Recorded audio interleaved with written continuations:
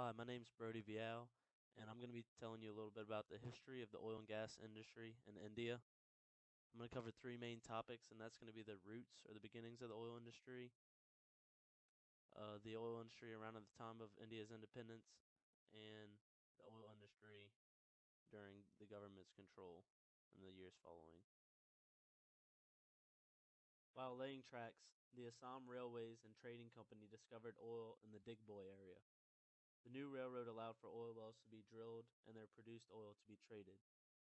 The first well was drilled in 1889, about 30 years after Edwin Drake's in the U.S., and it was also the first in Asia. This allowed for systematic drilling to begin in 1891. In 1899, the Assam Oil Company was commissioned to monitor the drilled wells' production, and in 1901, the Assam Oil Company built an oil refinery in Digboy. It was only capable of processing 500 barrels of oil per day, but it was also Asia's first oil refinery. In 1947, India claimed its independence from the United Kingdom.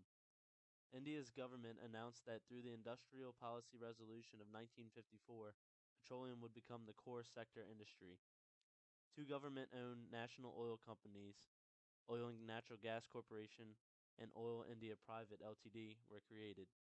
With the creation of seismic survey and the discovery of Cambay basins in India, a large majority of India's energy needs were met domestically by the 70s.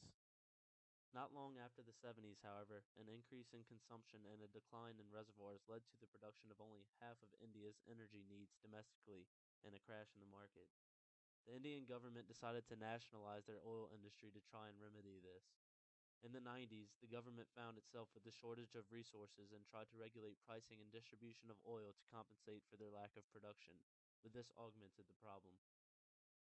The Indian government decided to open 3 rounds of exploration bidding to foreign companies.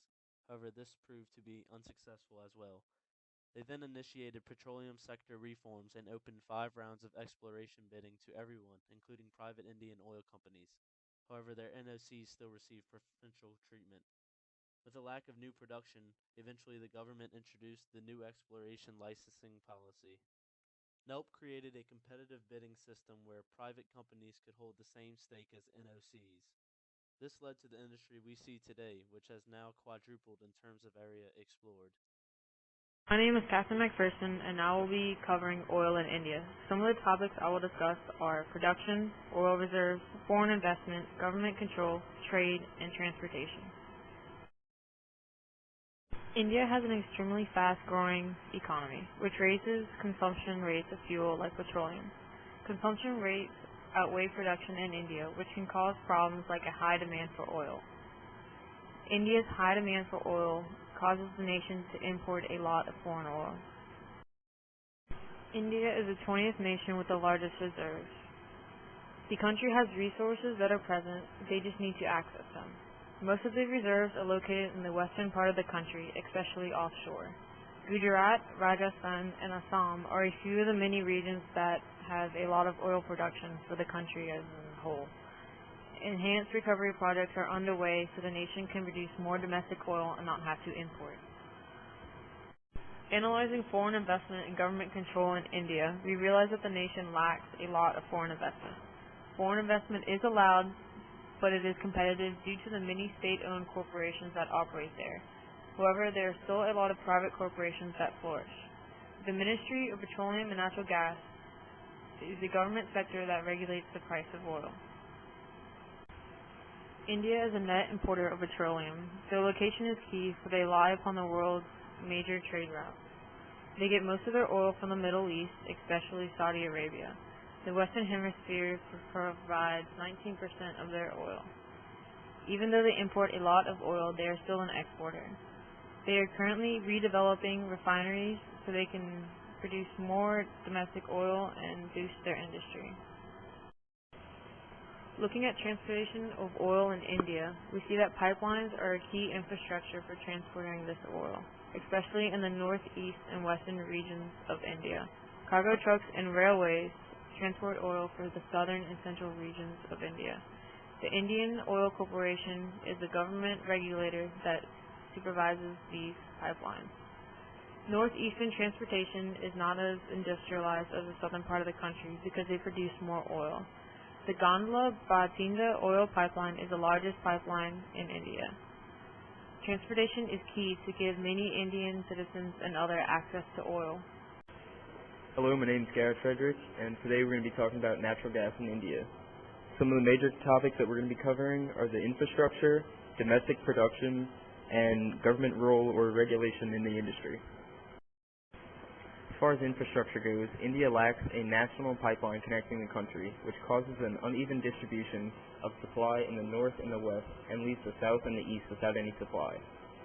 The Indian government is also working on the Turkmenistan, Afghanistan, Pakistan, India pipeline to import natural gas from Turkmenistan, which is a slow-moving process because of major geopolitical risk factors. India also lacks liquefied natural gas processing facilities despite being a large importer of liquefied natural gas, so several companies are investing in facilities to process and distribute it. India's natural gas infrastructure is subpar, but steps are being taken to improve it. The Krishna-Godavari Basin is one of two large areas of natural gas resources. Fields here have yielded lower than expected numbers and discouraged exploration and drilling in the region. The Indian government recently began selling coalbed methane fields to domestic companies in 2001, but the area lacked investment and companies could not attract the expertise needed to produce the fields. Because of this, the fields have taken about a decade to come online for production. Shale gas was recently discovered in the Cambay Basin, and the government has yet to make legislation regarding drilling practices. However, it announced that it would sell these fields.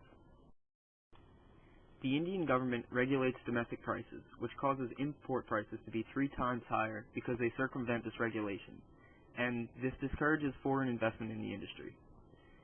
The Indian government is also considering a 6 to 7 trillion rupee investment in the industry over the next 5 years, which would likely go to the development of new markets and liquid natural gas imports. In the past, a 10% price preference has been offered to domestic companies, but this may or may not stay because some companies claim that it costs them more money to do this. Today I'll be talking about coal production, but first I'd like to talk about the economy in this region of the world. Even though it is classified as a newly industrialized country, India is still the 7th largest in the world in nominal GDP. Coal production has a major role in this and is a huge reason why it is in the top 10. Even though it has slowed over the last couple of years, it is looking to double its production to at least 1 billion tons by the year 2020. Even with this in mind, they have a lot of challenges they must overcome. With an ever-growing population in India, it is getting harder to reach the demands for energy. Even with successful production of coal, it is hard to get it transferred all over the country because of limited access to railroads. In addition to this, it is tough to get forest clearance from the government, which makes it even harder to get production of the coal.